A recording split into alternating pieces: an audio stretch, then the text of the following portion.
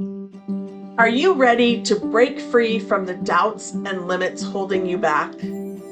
Welcome to Embrace Your Value, where therapy meets coaching to help you unlock your true worth and take control of your life. Hi, I'm Kristen, a trauma therapist dedicated to helping you heal, break old patterns, and reclaim your power. And I'm Jen, your support coach, here to show you how to set fierce boundaries, embrace self compassion, and step boldly into the life you deserve. So, whether you're stuck in self doubt or feeling lost, know this: your value isn't up for negotiation. It's time to own it. Every week, we tackle real issues that challenge, inspire, and empower you to live with purpose and confidence.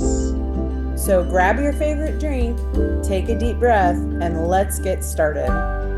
Because you're not here to play small, it's time to embrace your value. Hi, welcome back. Last time we talked about values and personal values, living authentically. And we wanted to continue that conversation a little bit with some values in mental health, values in parenting, and what it means to change your values over time. Awesome. So, we are so glad that you are joining us again today. So Kristen, let's start with values in parenting. I know, so I don't personally have children. I do have a stepdaughter, and I did some nannying for a while, and I helped, I was always around with nieces and nephews and things. But, I know for me in my journey and as I was being raised, there was always, and we talked a lot about this last time, but there was always a sense of, being kind. That was always a core value. I was always expected to be kind. I was always expected to just really, honor my elders. That was always a big one. Just honor those people that are older than you, really, really paying attention to them, learning from them. um Gosh, there were just so many, but I think those were probably the two biggest ones. Thrilled? I think another core value that was really drilled into me was, and not that it's a bad core value, but it did change who I was for a while, was not airing my dirty laundry, like not telling people what was going on. And I understand where that came from, but it also kept me from seeking help and asking for help when I needed it, and really like letting people in. And it kept me like very closed off and only having one or two friends. And I still have a really close knit, but I am more open with who I am and what's going on in my life and what my stories look like. Where even when I started my coaching journey, I didn't share my stories because I didn't think anybody was interested. I wasn't supposed to tell anything. I was happy to listen to everybody else's, but I wasn't supposed to share mine. So that was even a core belief that maybe shouldn't have been ingrained in me as a kid. Not that it was a bad thing, not that my parents did anything wrong or whoever I learned it from, but just one that, maybe as a parent, you guys want to keep an eye on those kinds of things. Like, what are you teaching your kids that you don't want them to take down the road too? Yeah, I agree. And I really appreciate you sharing that part, because I think that sort of closed system is what we call that, when it's sort of like, okay, we don't tell other people our things. That's where a lot of people will get stuck in like poor self-esteem or low self-esteem, because they aren't given the opportunity to share what's going on with them. And if you don't live in a family that values emotional expression, then you're really going to struggle later on in life creating relationships, creating friendships, and feeling safe and feeling like you can trust people, um, because those just weren't things that you were taught. It was, we keep everything to ourselves. We don't tell other people what's going on with our lives. And like you mentioned, for you, it helped, it prohibited you from getting help. Absolutely. Absolutely. So, what advice do you have for parents with core values for them and their kids? Sure. Yeah. So I'm no perfect parent. I have made many, many mistakes. I learned just as a reflection, like I learned as a kid, to work hard, to be independent, to only be able to count on yourself and, and to just, push forward through whatever it is. Um, and so those sound like really great values, right? Um, I became ultra independent. I did not depend on anybody for anything, which then created problems in relationships because I was always, I'll do it. It's okay. It's fine. Don't worry about it. All of those things. Not letting my partner help me. And it's like, I don't need help carrying this refrigerator and I got it. That kind of independence. That's where I was. And so while it's really helped me be successful in life, there's also been some hindrances. And I think this kind of reflects on what you were saying is there was nothing wrong with with what your parents were teaching you or the way they were teaching them. It was that maybe you didn't get another side Mhm. or the why behind why we don't air our dirty laundry. It was just don't do it. Right. Yeah. So, as far as like, I've got a 16-year-old and it's been a journey. He is the absolute light and joy in my life, but I have learned so much. And he was 2 when I went back to school to become a therapist. And so what I did from 0 to 2 was very different than what I did from 2 on. So, I would say the biggest value in parenting is just remembering to keep your kids safe, right? And safety means, like in your case, Jen, you had safety, but you weren't taught how to be safe with other people. It was, we don't share our negative stuff with the world. And maybe we don't even share our positive stuff with the world. I don't know what was, Right. but, but to feel safe outside of your family, you have to be able to speak to people and be vulnerable, right? And so that's one way that you can teach your children to be safe outside of the home is to have good boundaries, right? So first you teach them their values, you share your values with them and the why behind the values. And then you teach them how to set boundaries around those values so that they can be safe within themselves and with other people. So I would say if you can stick to at least those 2 things, like you're doing great as a parent. Yeah, I love that. I think that's beautiful. And it was very, very well put and succinct because I was over here listing off all these things in my head and I was like, yeah, no, she covered that all in that. So great job. Way to go. I love it. Yeah. I mean, I only Yeah. get an hour with people, so I got to kind of shorten things up You've sometimes. got it figured out. Yeah, me, I just ramble and they just I mean, we only have an hour too, but I just ramble and they figure it out. So it's all good. Yeah. Absolutely. Yeah. So another topic that we really want to talk about with you guys today is values and your mental health. And so I'm going to let you start this one off, Kristen, and because I know you have a lot you want to say on it, and then I'll chime in towards the end. Yeah, I don't know if a lot is the right word, but sometimes I do feel a little bit like a broken record. And I tell my clients certain things like, if you hear this from me once, you'll probably hear it 100 times. And I have about 3 or 4 things that I say over and over and over. And one of these is values and boundaries and knowing your values and knowing your boundaries. So how that looks in mental health is, maybe you're a people pleaser and your friends ask you to go out on a Friday night, but you're really tired from the week. And you're like, but I don't want to let my friends down. And so you choose to go out and you're miserable the whole time. And then the next day you have a bad day. And that's not good for your mental health, right? So if you say, hey friends, I had I had kind of a rough week. I really want to go out with you guys, but I can't do it today. Can we plan another time? that is valuing your mental health, your downtime, your ability to recoup your energy, and doing it in a kind way. You said this in the last episode, which is just be kind, right? And so when we're kind to people, and we set our boundaries with kindness, then that really helps our mental health, right? And I think that as women, Jen, that's you and me. As women, we tend to want to do everything for everyone. And Yeah. we say yes, and we say yes, and we say yes. And that is exhausting. And so that is one thing I really talk to my ladies, my clients that are women, especially high performing women, right? Executives, because they're always saying yes. Then they're feeling frazzled. Then they feel like they're not there for their kids, or they're yelling at their spouse.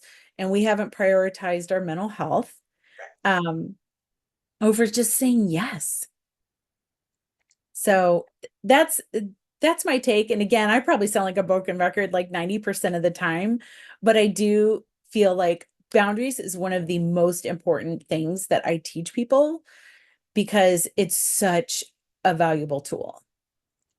I mean, I would agree because it is like the core of what I do. And it's funny, you call it mental health, I call it energy, like Sure. protecting your energy. That's Yeah. that's exactly what I say to people. And everything you said, I say. The only thing I would add to that is I also say no is a complete sentence. You don't ever owe anyone an explanation as to why you're saying no to something if you don't want to give it. Right. You're welcome to. It's not like you can't give them an explanation, but you don't owe them an explanation. And it's that word, it's the word owe. Like you don't have to feel forced into it. And if you have friends, I love this example because this is the prime example. If you have friends that when you tell them you cannot do something, they chastise you or they try to coerce you into doing something,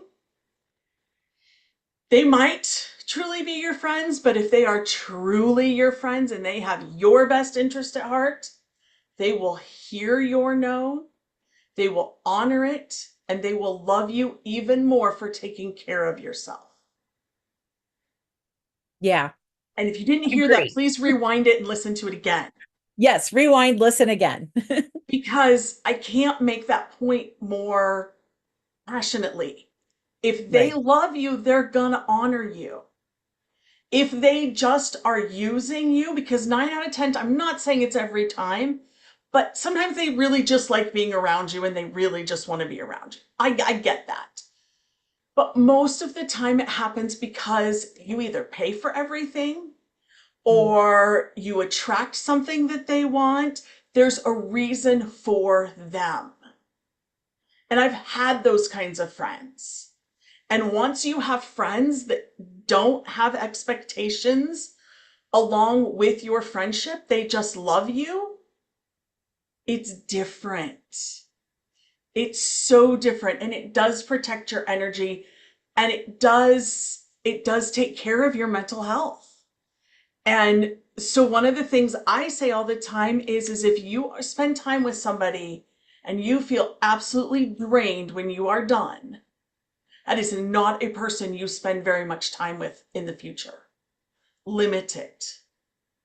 If you leave them feeling energized and feeling loved on and feeling nurtured and you feel like you got to do all those same things, wonderful. Book the time, do it, spend the time with them.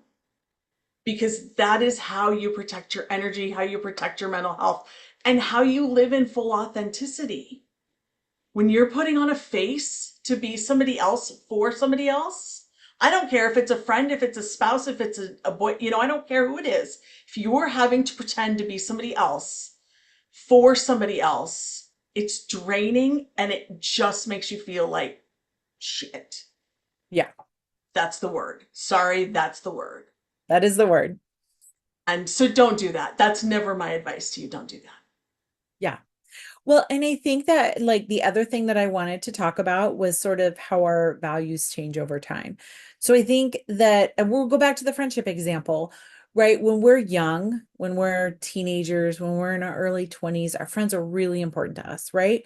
And so, and we may prioritize fun over maybe our mental health. And that's okay, right? You're young, you have plenty of energy, you do whatever you want. But if you're old, like me, then you value your downtime. And so that is definitely a value that has changed for me is I did used to feel like I had to do and go.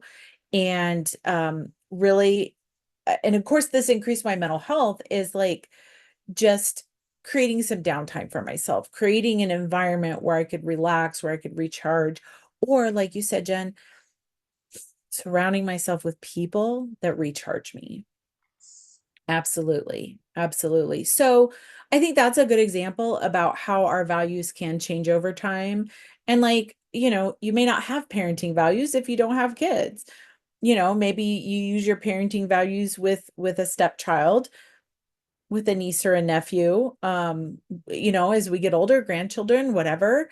Um, but those values are going to change over time as you grow, as you learn, as you uh, become more emotionally intelligent. Your values will adjust. Like I said last episode, they can be fluid. Yep, absolutely. And I think you kind of just touched on it, but I want to put the whole puzzle piece together there.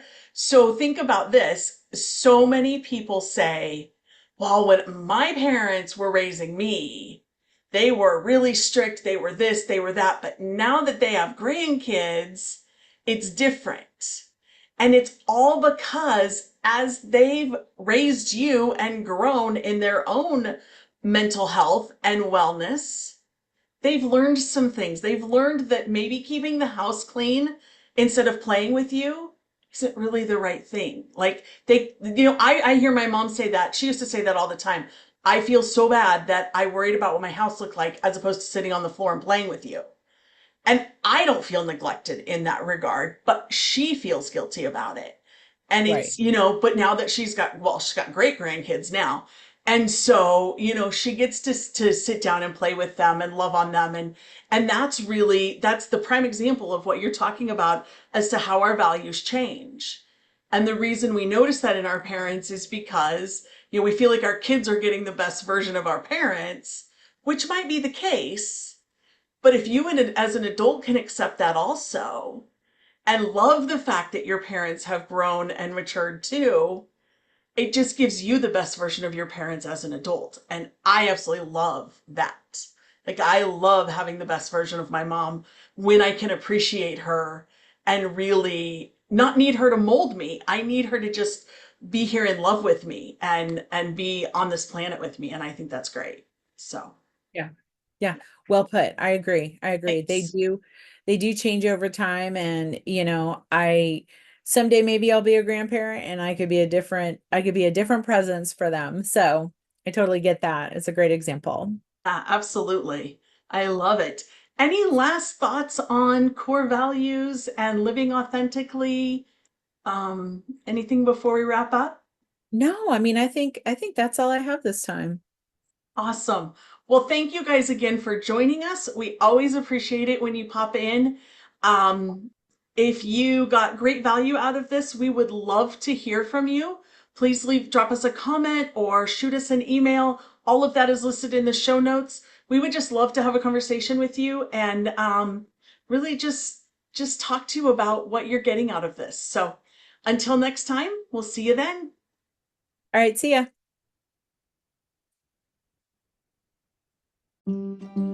Thank you for being here with us today. If today's episode hit home, don't just keep it to yourself.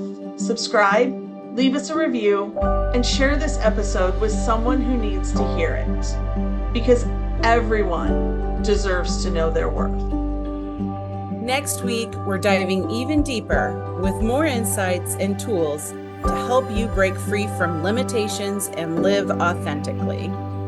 Until then, keep raising your standards, owning your worth, and embracing your value.